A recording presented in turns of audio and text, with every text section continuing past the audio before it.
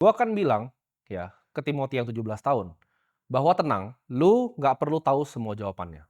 Maksudnya apa? Gua waktu 17 tahun, 18 tahun, bahkan mungkin masih tahun lalu, ya, gua selalu banyak bertanya-tanya tentang apa yang gua sedang kerjakan. Apakah yang gua kerjakan itu benar, dan apakah yang gua kerjakan itu sesuatu yang gua cintai. Tapi jawabannya adalah, gua nggak perlu buru-buru untuk tahu semua jawabannya. Gua tuh orang yang gerasak-gerusuk, ya, gue cepet orangnya. Gua akan kasih tahu bahwa tenang, ya, lu yang masih bocah nih, lu masih kecil nih, lu nggak perlu tahu semuanya. Kadang dulu gue mikir apakah gue itu adalah seorang investor yang paling jago, tapi gue ngerasa waktu itu seumur gue, kayaknya Warren Buffett itu udah lebih muda mulai dari gue waktu dia invest Coca-Cola. Kayaknya gue adalah seorang investor yang nggak sejago Warren Buffett. Dan kalau kita ngomongin soal media, ya gue mungkin nggak seperti orang-orang jago banget yang udah bikin apa campaign-nya Coca-Cola atau yang lain. Atau di bidang-bidang yang lain gitu. Tapi waktu yang akan berikan nanti jawabannya semua.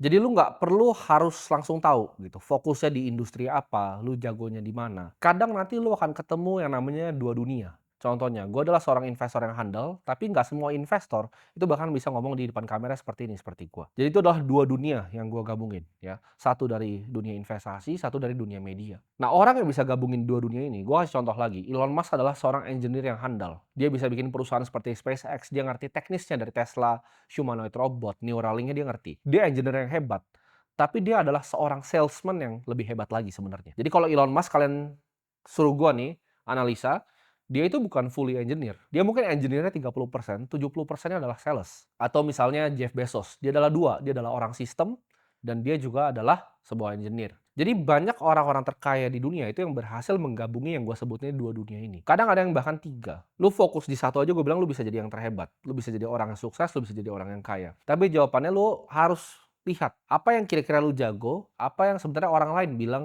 lu jago. Bukan dari diri lu sendiri tapi dari orang lain. Jadi jawabannya adalah waktu, nggak usah buru-buru. Misalnya lo lagi mencari, ya kan, masih bingung, lu kadang masih ngerasa apakah ini hal yang harus gua kerjain, tenang ya. Gua kasih tau lu tenang, nggak usah buru-buru.